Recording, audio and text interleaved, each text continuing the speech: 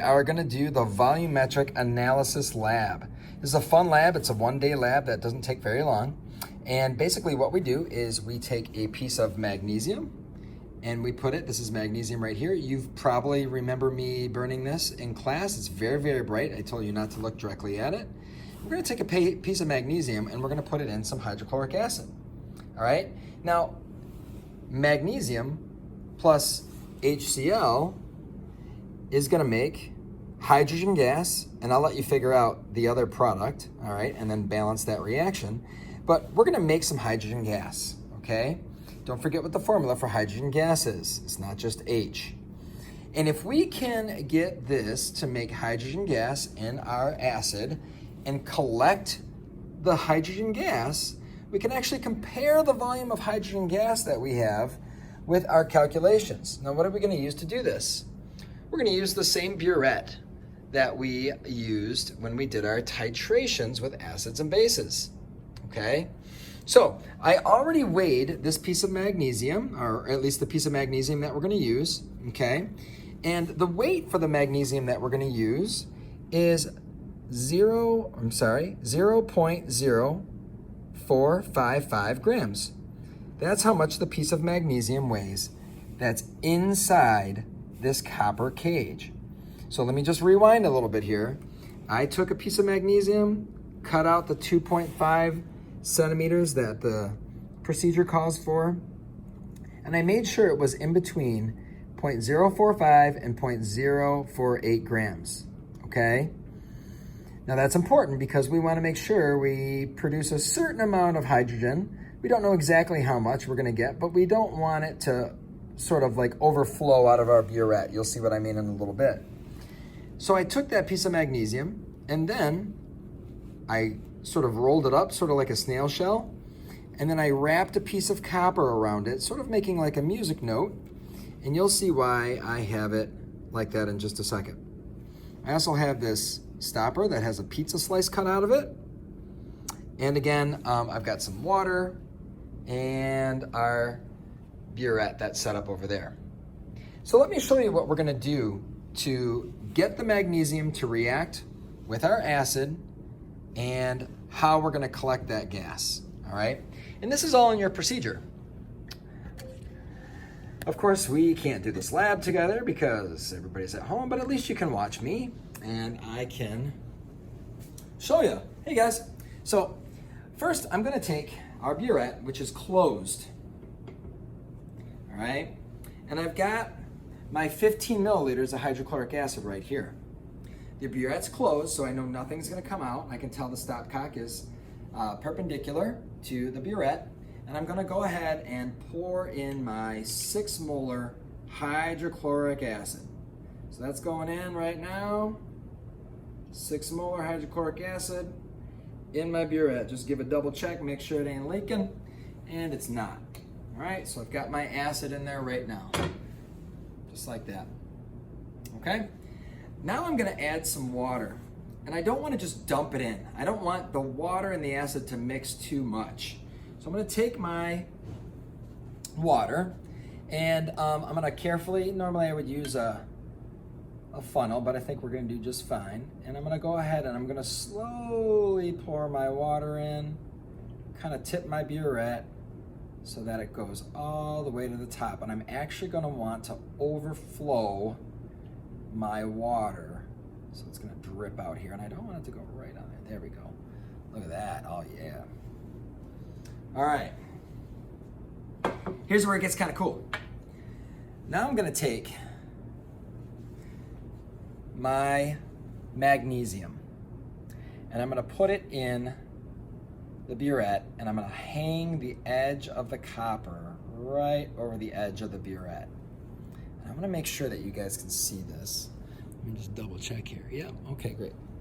It's kind of like you're sitting in class and you're looking up here at me doing the same thing. I'm also gonna take my stopper that had the pizza slice cut out of it and put that in. The pizza slice is gonna go where the copper is at. I'm just gonna jam that in, and of course I'm getting some of the water coming out. No problem. So now if you remember, We've got acid down here.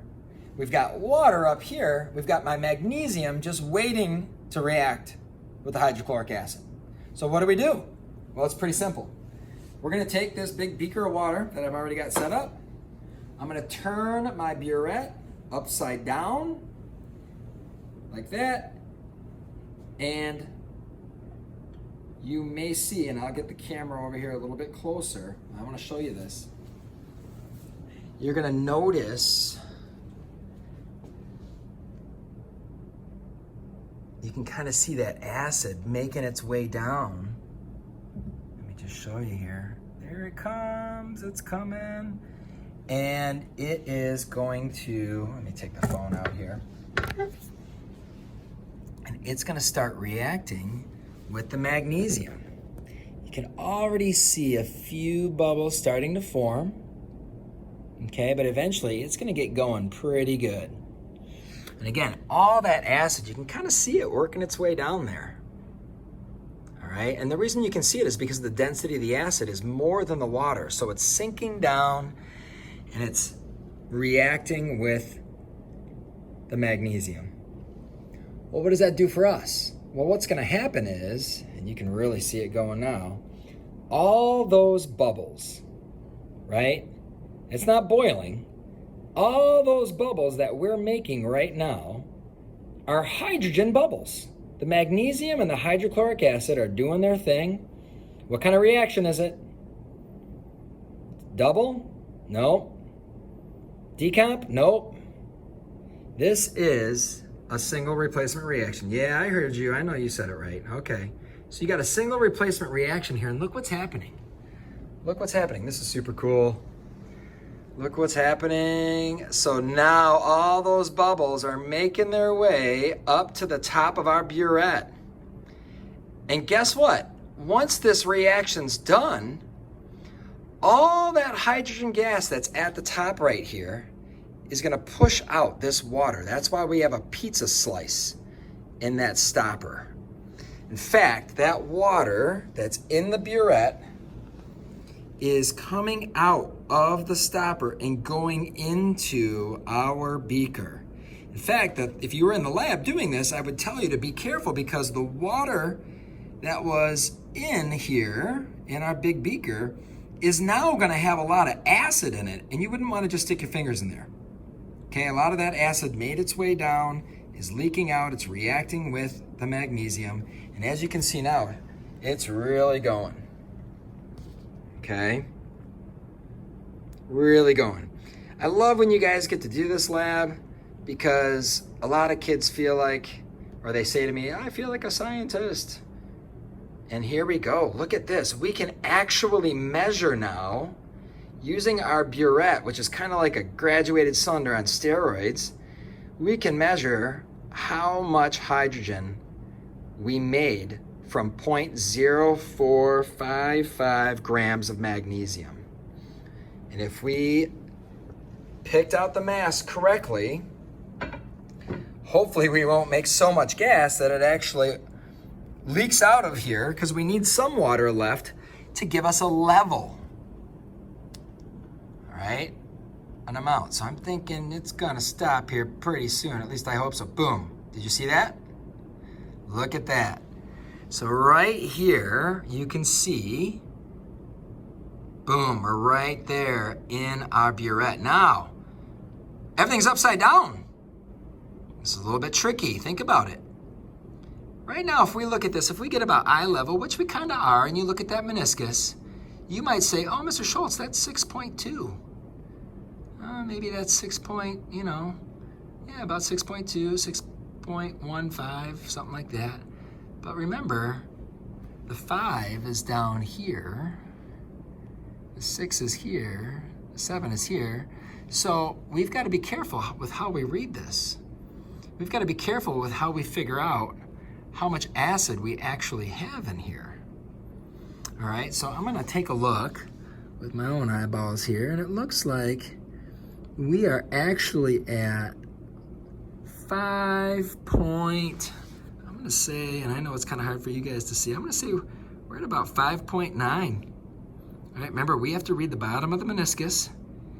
So I'm gonna go with 5.9. Well, if I've got 5.9 here, and I've got 50 up here, well, what does that give me? All right, so I'm gonna let you figure that out. All right, it's a simple subtraction problem. 50 minus 5.9. And then there's one variable here that you might even be asking yourself right now, what about this? What about that, Mr. Schultz? I've got to account for that volume. And I've already done that for you. If you were in class, I would have had you put some water in here and let the water out and figure out what this volume is right here. And I'll tell you that that volume is, I wrote it down right over here. That extra space is, look, I thought it was 5.6, 5.7. Okay, so think about this. If we want to know how much gas we just made, if we want to know how much gas we've got in here, okay, we're going to have to do our 50.0 milliliters, right, minus our 5.9,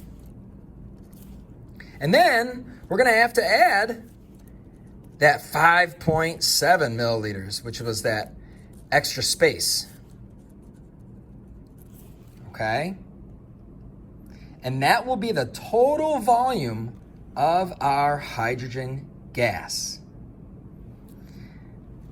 So, a couple things to think about. All right? You already have this right here. We did this together. I gave that to you. The volume of the hydrogen theoretical is something that you need to figure out on your own. And let me show you what I mean. If we go over to the board here, you can see that I've got 0.0455 grams of magnesium. There's my balanced equation, which I'm going to need to do the stoichiometry. I can set up a simple stoichiometry problem just like this, right? Get your molar mass. That's for every mole of magnesium. I'm going to use my balanced equation right here. I can't get my finger in the right spot. And then here's the only difference. I'm using this conversion factor now to figure out how much hydrogen I should make if I were at STP. We'll talk about the STP in a little bit. But this is how you answer that first question. You just do this simple calculation right here. That's all you do. It's all written out for you. Sure, I've got you looking up a couple things and I've got you figuring out the balanced equation on your own, but you should be able to do that, right? Of course, you can contact me if you're having a problem. But you're going to write that down. Volume of hydrogen theoretical, you're going to write that down right here. Whatever you get in that calculation, that's what's going right there. The volume of wet hydrogen gas, that's basically what we got right here. And you're probably wondering, why does it say wet gas? It's kind of gross. Well, the reason it's wet, anytime you collect a gas by bubbling it through water, which is what we did, all that hydrogen gas bubbled through a bunch of water. And what it did was it actually picked up some water gas. It picked up some water vapor. In this tube right now is not just hydrogen, but it's actually hydrogen gas and a little bit of water. It picked up some water vapor. So we got to subtract that out. We don't want the water in there. For right now, all I want you to do is use this to write in this. Okay? That's the volume of your wet hydrogen gas. Just how much wet gas do you have in there? So you're going to fill that in. Pretty simple. The temperature of the room and the barometric pressure of the room. I looked that up for you. Check it out right here.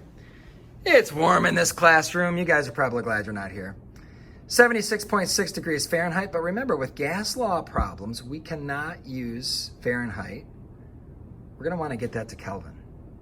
So remember, you're going to convert from Fahrenheit to Celsius and then convert to Kelvin. The barometric pressure in the room today and outside is 29.79 inches of mercury.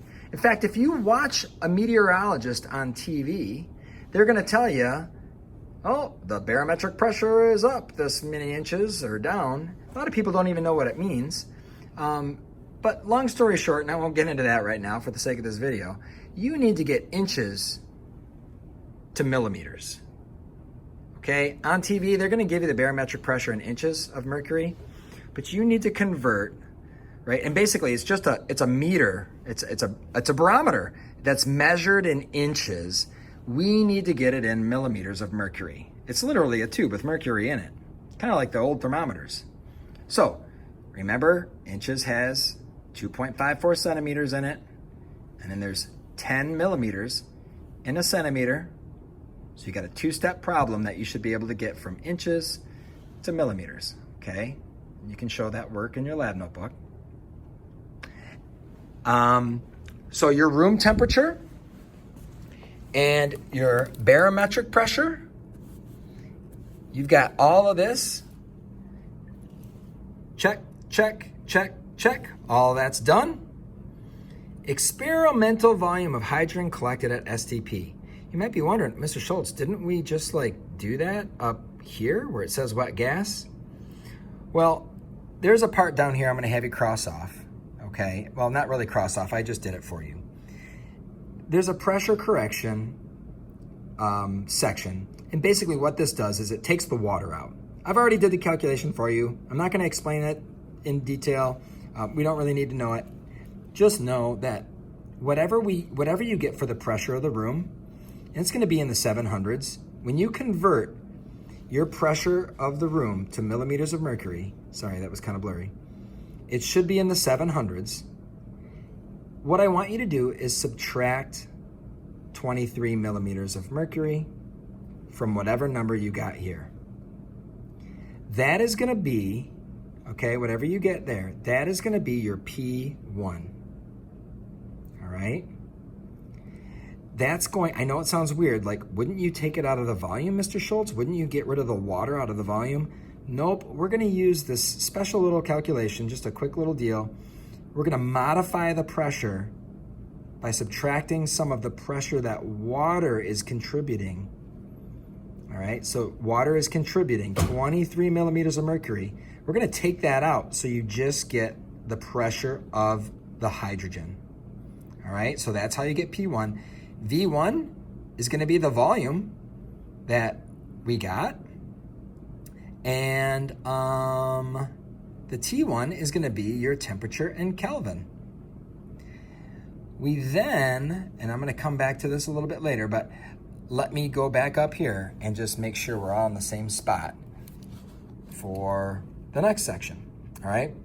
So experimental volume of hydrogen collected at STP. Basically what you're going to have here is the answer to your problem down here. Let's go down here together, okay? Because your calculation, I'll just say it right here, because your calculation for the volume of hydrogen you should have theoretically is at STP, okay? All stoichiometries, when you do stoichiometry, all of this happens at STP. Now think about it, this room's pretty hot and this room's got a different pressure, but this whole calculation here happens at STP, okay? I can't compare the volume that I have here, my theoretical volume of hydrogen, I can't compare this to this, because this is not at the same temperature. This is not at the same pressure. Okay, let me say that again. I can't compare with what's on the board over there, which is at STP.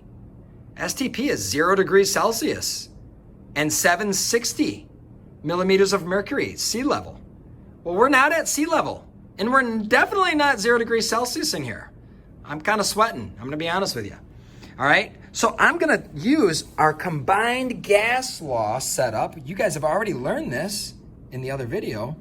I'm gonna use my combined gas law to get my volume of hydrogen that I got from here, right? Volume of wet hydrogen. I'm gonna take the volume of hydrogen that I got. I'm gonna take the pressure of the room. I'm gonna take the temperature of the room. I'm gonna make it equal to STP.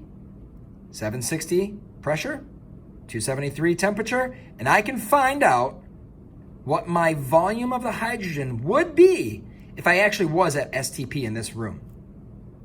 This is still experimental. This is still experimental.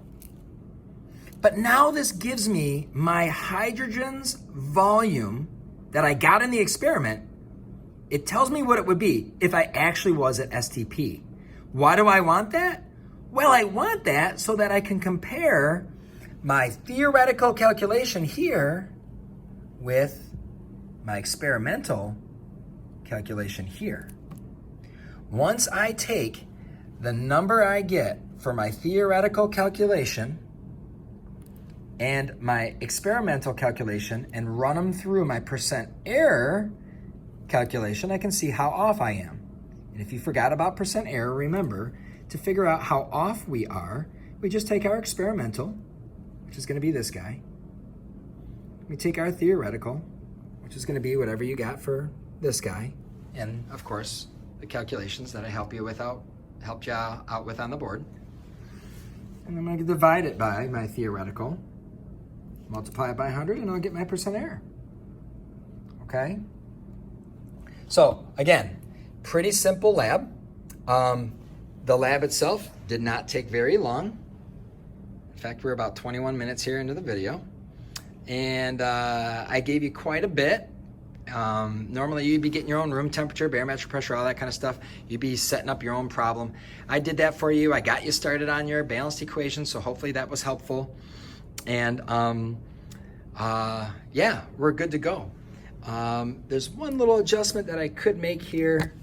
We're not gonna worry too much about it. I know that we're gonna get a bit of a percent error. Don't worry so much about the percent error today, all right? Because we're all in the percent error together. So you're not getting marked down on percent error. Don't feel bad about that. All right, I'm gonna set this up. And let me know if you have any other questions about this lab, about filling in any of this data.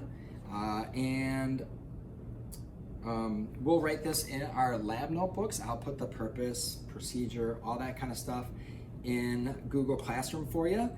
You'll put it in your lab notebook. Just use this for your data, your results section. I do want to see, of course, the calculation that's on the board done by you. And I do want to see the adjustments to the room temperature and barometric pressure calculations done by you. All right, and of course you can copy and use what I showed you on this sheet. In the end, when you're done, you're gonna wanna write a conclusion that explains, of course, why we had to use the combined gas law. I kind of just did that, right, in the explanation there. I want your thoughts on the lab, and then I also want you to tell me why you think we had a percent error, okay? Why were we plus 5-10% or minus 5-10%? What do you think could have maybe gone wrong, or something like that? There is a little bit of an adjustment here that we would make, and as we go up and down with this, it does change the volume of that gas in there, but I'm not going to get into that too much right now. Give this your best shot. I know you guys are going to do a great job. This is an application, again, of our combined gas law, and it's an application of using that 22.4 liters per mole in stoichiometry, working with STP and using the combined gas law. So you guys are awesome. I totally miss seeing you, and I hope that you enjoyed this short lab. We'll talk to you soon.